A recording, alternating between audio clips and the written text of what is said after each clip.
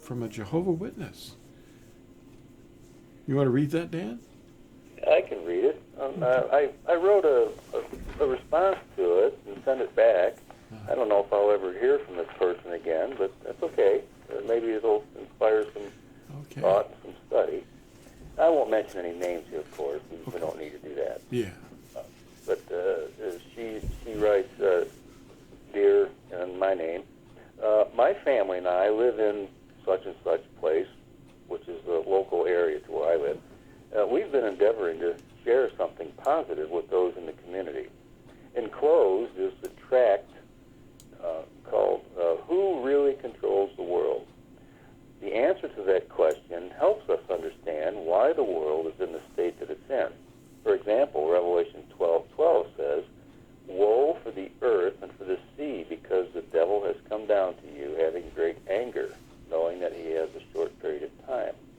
The devil's control is nearing its end. And note this promise at Psalm 37:10 and 11. Just a little while longer, and the wicked will be no more. You will look at where they were, and they will not be there. But the meek will possess the earth, and they will find exquisite delight in the abundance of peace.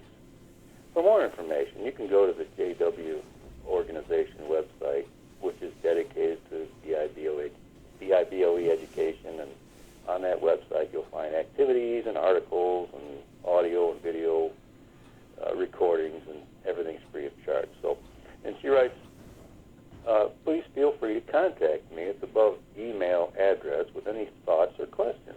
Sincerely, and she signs her name. Now, I don't know, who this person is, or whether she's old or young or whatever. It doesn't matter. But I just thought it was kind of interesting that she sent this letter, and she sent a tract, of course, that was from the organization. And I always like to get stuff and read it and see what's going on. So I wrote a little response here. And dear, and I put her name down, I always enjoy getting other people's ideas about what's going on in our world and how close to the end of all things we really are. I know about the JW organization and have talked to many adherents over the years. I ask questions and weigh the answers carefully, and I'm very open-minded. I also know that the scriptures, all of them, are the absolute standard to which we are to test every teaching and doctrine presented. I also know that the leaders and teachers of the JW organization do not permit their followers to accept any tracts or publications from other sources. How Nicolaitan in practice. Our Messiah took issue with the same behavior when he walked among us 2,000 plus years ago. And sadly, it's being practiced still. And I wish it were not so. But our Creator, whose name is spelled with 4 Hebrew vowels, Yod, He, He, and it's transliterated, not translated, into English, is very simply pronounced Yahuwah. And he is calling people out of the confusion of religion, as we can read in Revelation 18 in its entirety. And also, we will see the outcome if people do not heed the warnings. So to respond to your letter and the tract that you sent, yes, the adversary, also known as the devil, Satan, etc., is in fact in control of the world, and he knows his time is very short, and his rulership is doomed. And yes, Yahusha, the name J-E-S-U-S is less than 500 years old, by the way, will rule the earth. And no, Yahuwah cannot lie, but before that takes place, there's an extreme time of distress that's coming first. And there's only one way to be protected from being burned up when it happens. So it's very important to find out what that is, don't you think? Most of Christianity is caught up in false teachings that do nothing to prepare them for what is sure to come. I am not a Christian, and neither was Yahusha. I sincerely hope that this short letter will cause a stir within you to search the scriptures for truth and not the commandments of men. I have included a few short articles that might help in your personal study. 2 Timothy 2:14 and 15 is important. Now, no man needs to know of your personal study in these matters. We are all held singly accountable for what we put in our minds. make it count. Feel free to respond if you wish. Shalom. And I wrote my name on there. So I hope that stirs that person up to at least check in some of these things. Absolutely, yes. It just dawned on me as you were reading that letter that they sent you and then you responded. The same thing happened to me this week. I received a letter that was set aside, and I don't know, I just found it, and it was something in the mail, and I don't know where it really came from, but the person that sent it was somewhere in the neighborhood or the city, and it was a Jehovah Witness tract. I mean, they had a tract with it, and they said that they were contacting people in their area, and it was a big drive. They're driving something to make people think about, what happens after they're dead, and just the things that, they want to teach you. And I think I've still got it here, but I did send them a tract of mine that I'd done on a study of the name. You remember that recent excerpt that I just sent out for this book, the Tetragrammaton book? Mm-hmm. Well, this book has a tract attached to it. I'm showing people the book. And then, now look at this. This is the tract. And you can download this from Torazone.net or Lamb Legacy Foundation.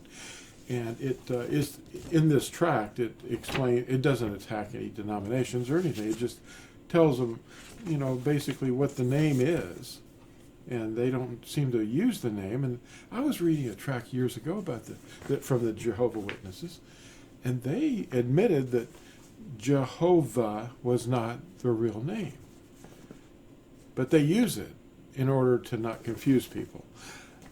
And teaching something that's not true in order to avoid confusion never did make sense. No, it doesn't. Because aren't we supposed to be bearers of truth? We're the watchmen.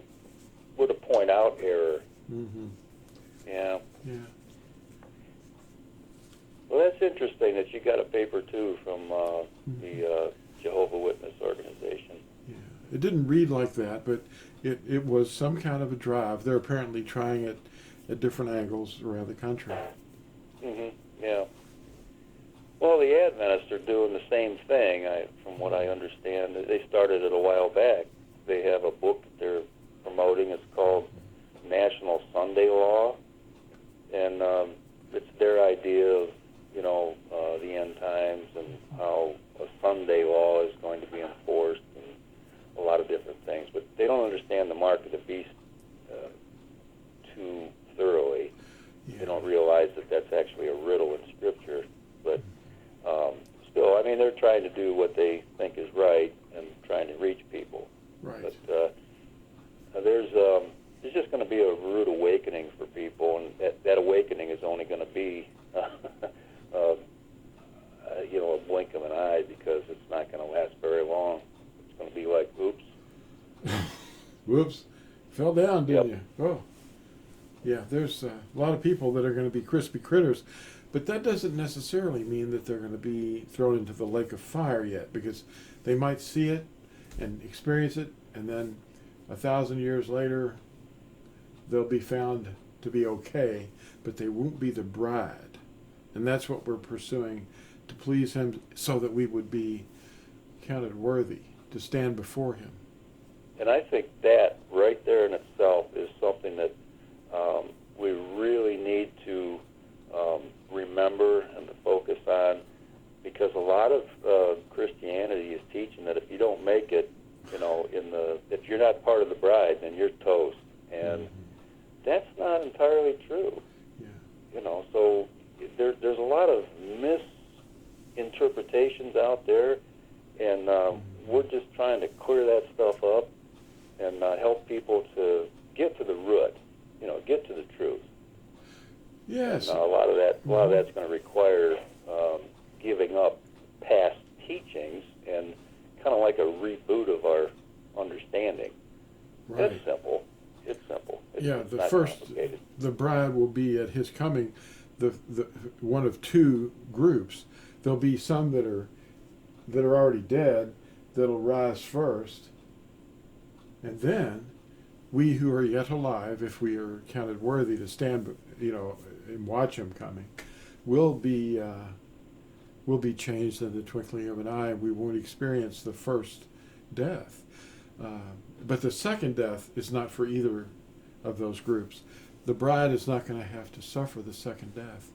No. And neither will some of the other people that do get destroyed by him. The wrath is going to be poured out, and it's going to be worldwide, and the reapers are going to take it out and melt everything.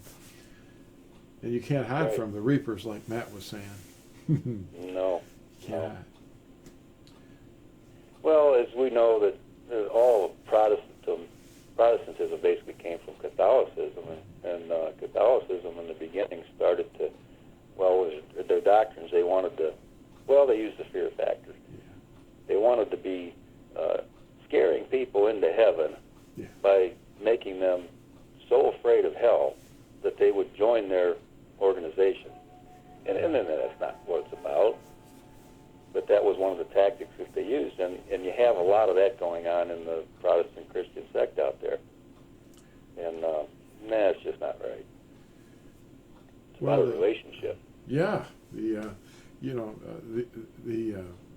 worshiping in a building every Sunday morning, I don't know. That's learning a program that was a framework established by sun worship, and adopting all those things, and then claiming that you're laying it at the foot of the crux. It's a stake, but they wanted to put that image in your head that it's okay now because it's been cleansed by Yahushua's blood. We're the ones that are cleansed by the blood, not the pagan practices. Right. The pumpkins and trees and Valentine's cards and candy to entice children. That's not going to be possible. You can't disobey and then say, "Oh yeah, everything's fine now." Well, the thing that I talk to people with when I'm having a conversation one-on-one is it's about perspective. Mm-hmm. It's, whose perspective are we looking at our practices from? Is it from Yahuwah's perspective, or is it from our own perspective? Well, that's how. One's right, one's wrong. To me, it kind of all laid out in the study of history in the circus itself, as Marcion developed Marcionism, which was the idea that there were two deities, kind of a dualism thing, and the old angry one was overwhelmed and overcome by the new friendly one that would forgive you for everything. Yeah. And that's Marcionism. It's a form of Gnosticism. And he lived around, his doctrines kind of took off around the middle of the 2nd century. And so that's kind of what we've got with dispensationalism. The old group that we used to call the people of God, that's what they call them, they're all replaced now. That gives rise to, replacement theology. And that's created quite a stronghold in the minds of Christians today, hasn't it? It's very fundamental, with the circus. The anti-Nicene fathers, as they call them, he was one of those, Marcion. And then the post-Nicene fathers, the ones after 325 with Constantine. So you've got a lot of players in there, Epiphanius and Marcion. Epiphanius was kind of okay, but then everything took off with the idea of these bishops that controlled doctrines, and it was like another form of rabbinical Judaism almost. and they only accepted the Natsarim writings, and particularly Paul and Luke, but Marcion, and they rejected the what we call they call the Old Testament, which isn't a good term. It was all Scripture. That's what they were saying. That's what Paul was talking about, all Scripture.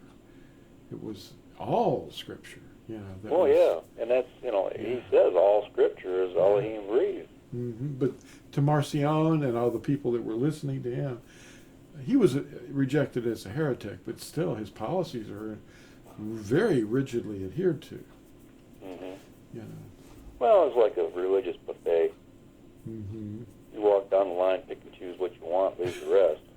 You know, whatever makes you happy. And that's what we're looking at today. Yeah. Out there. They're misinterpreting what Paul was really intending to say, and what Yahusha was really intending to say through Paul, and the other apostles were all warning us. They were writing warning letters. That's what the exactly. Natsarim writings are. I just had a conversation with a woman the other day. My wife and I went to visit her, and she wanted us to come over, and we were talking about. She brought up the scriptures, and of course she was raised Catholic, and she recently, found out what was wrong with it, and she got out of it, and she went to some other organizations out there.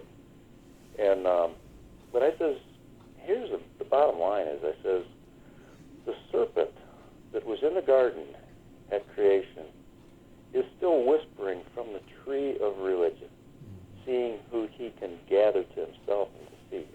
And so we have to be very careful how we listen to people that are teaching. And that's important. We've got to be like the Bereans did in Scripture. They tested everything that they were told to see if it was actually true.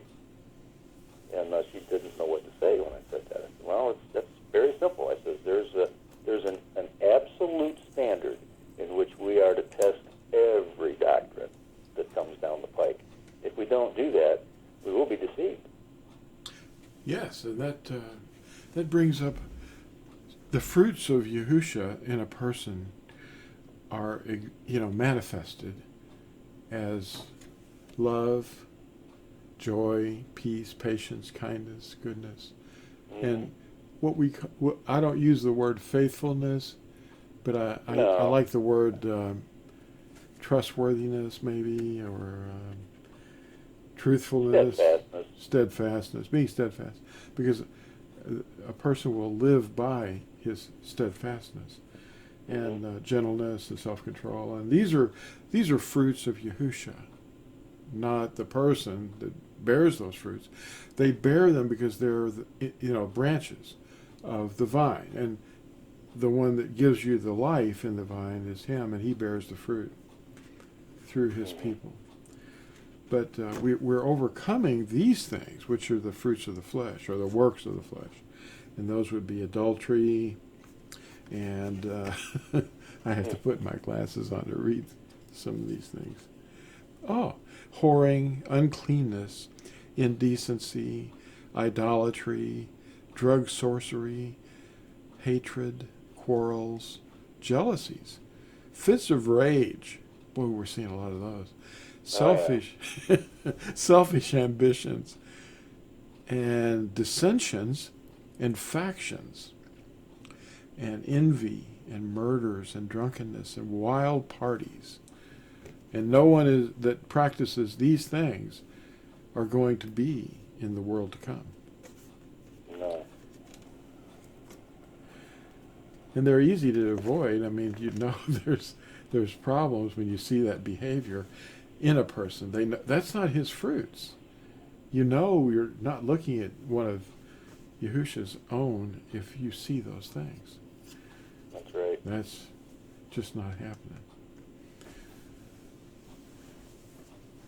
So I'll go ahead and stop this, and I want to thank everybody for watching this. This is Dan and Lew signing off, and we'll see you in the next video. Bye. Messing with the tithe envelope and the pew in front of them, and fumbling around, and squirming in their seats and everything. And it's like, man, where is the attention that these deserve? It just isn't there. And these people in this organization were those that were to teach the commandments, and it's like they don't really want to hear it. And then another time I read Psalm 91. I said, let's read Psalm 91 and just let it sink in. Let it talk to you.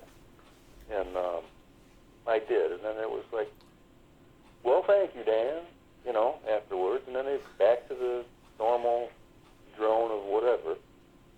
And it's like, is there anybody that heard anything here? Yeah, Psalm 91 really nails it. I mean, that's Endtime Oh, it stuff. does, yeah. Yeah. Psalm 80. Oh,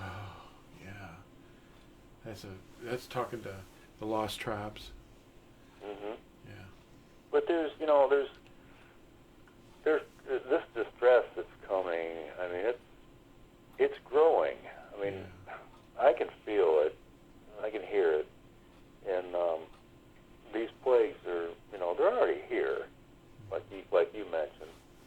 And they're just going to envelop practically all the population on this planet as time goes on. And, they're not affecting us because we're protected from them because we're in the covenant. But, all these other people out there maybe they're not affected just yet per se.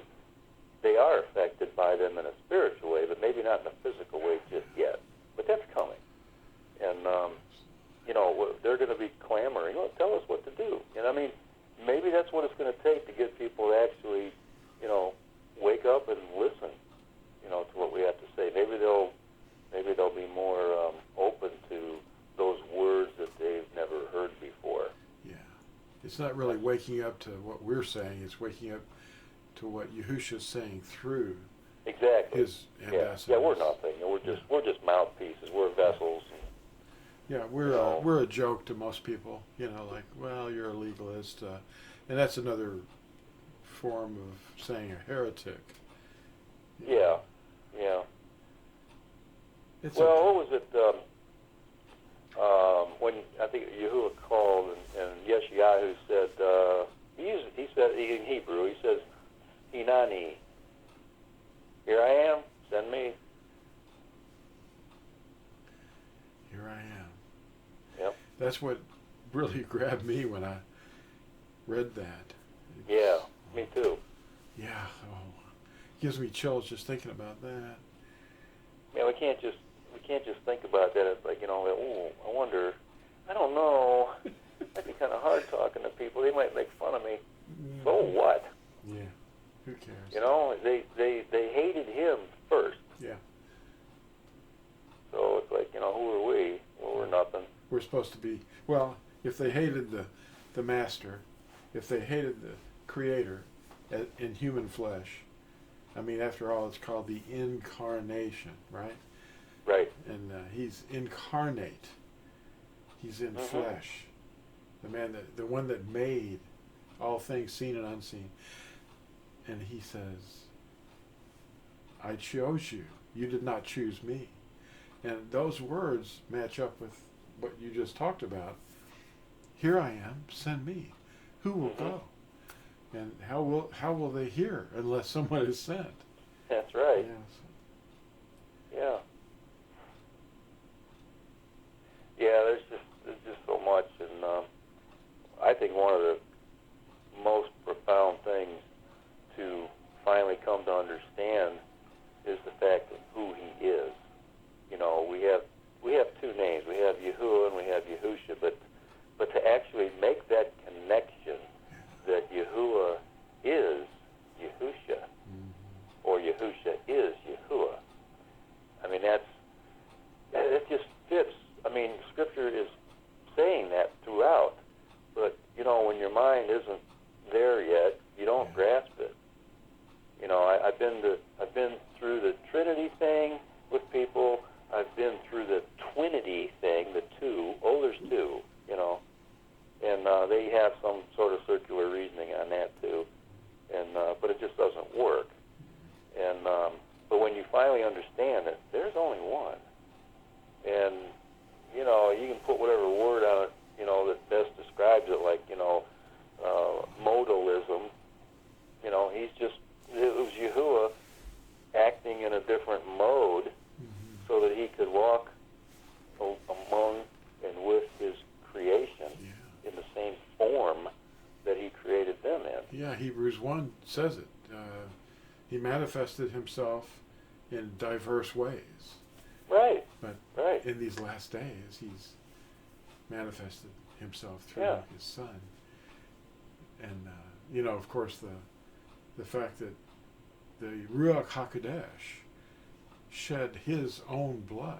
I just thought of that before you said that. Yeah. Acts 20:28. And demons believe he is one, but they tremble knowing it.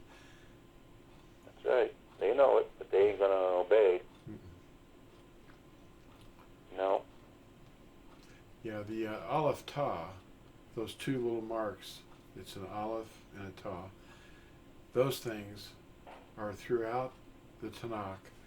And if you in the Besorah, I put them in there just in the first chapter of Bereshith or Genesis, just to give people a flavor for that, so that when they read Revelation, they'll be able to see him saying, I am the Aleph and the Tah.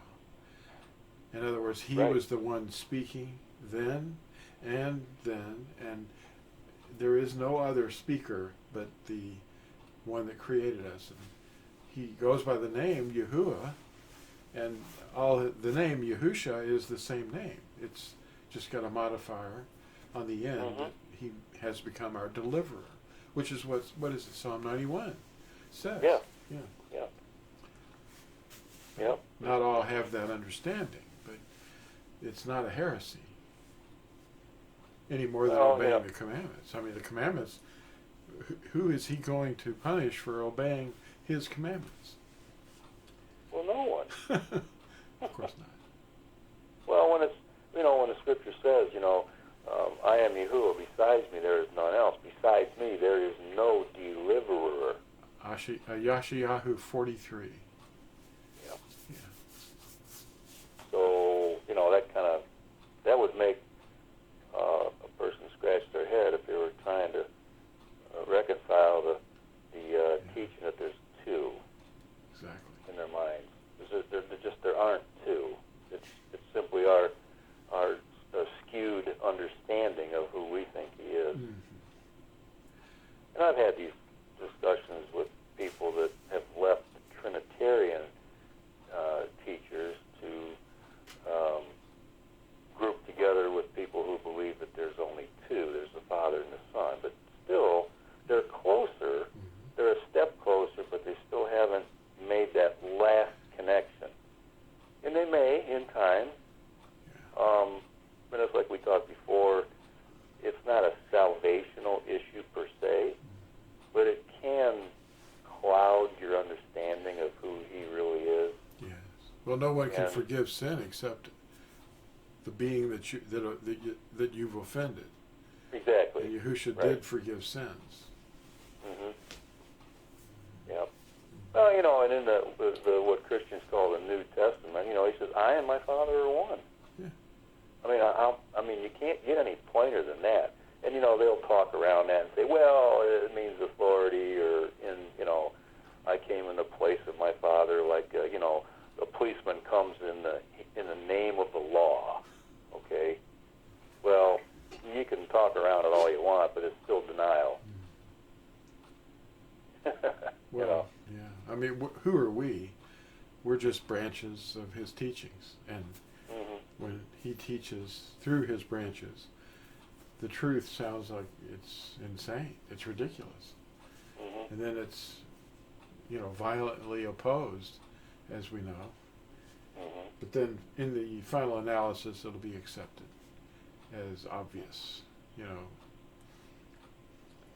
Well, what I tell people when they're listening is, especially when they're paying attention, I'll say to people, you're going to come to what's called a crisis of belief. In other words, you're going to see the difference between what you've been taught all your life and what is really true. And that's going to be a determining time for you to make the step in the right direction. And only you're going to know when that is. And that's not something that I can, put on you or whatever. All I can do is show you things that I'm being shown or I was shown, and then Yahuwah will show you and help you with your understanding. He'll put it in your mind to understand. He'll open your mind. But without that name, you're just not going to get it. Well, where does Santa Claus or Saint Nicholas, where does that factor into Christianity? How does that work? Yeah, it does it. It was just, put in there, and Christianity was just built around it. Yeah, it was absorbed. Sun worshiper. He was worshipped as a sun, Nimrod, and then became all the other solar deities. And now today he's still hanging around his birthday. You know, Right. they call it December 25th, but it's right there at the solstice. You know, the birth of the sun. It's just, it's madness. It was adopted. Another thing that was adopted. I think in your book here, I think you said it's been being observed for like 3,300 years. Yeah, maybe closer to. Well, let's see. You got 2000, then you got 2000. Nimrod was. He was. Obviously, before. Yeah, he was. It was more like 4,000 years. Was it 4,000? Okay. Yeah. Maybe just barely over. So the flood was around 4,300 years ago. In fact, trees, the oldest trees on the earth, are right about 4,300 years old. Yeah, I remember reading that. Yeah. Flood. Yeah. A lot of annual rings in that tree, isn't it? Yeah, and they're still growing like teenagers too. Yep. Yeah. Well, you know, the trees are growing better because we're giving off more carbon dioxide. Trees need carbon dioxide. I wish that were true, because the Amazon is about to, I mean, it was the biggest carbon dioxide absorber, and now they've pretty much. Well, they keep burning it down and cutting everything down and whatever, and it's like, it's really messing up the balance.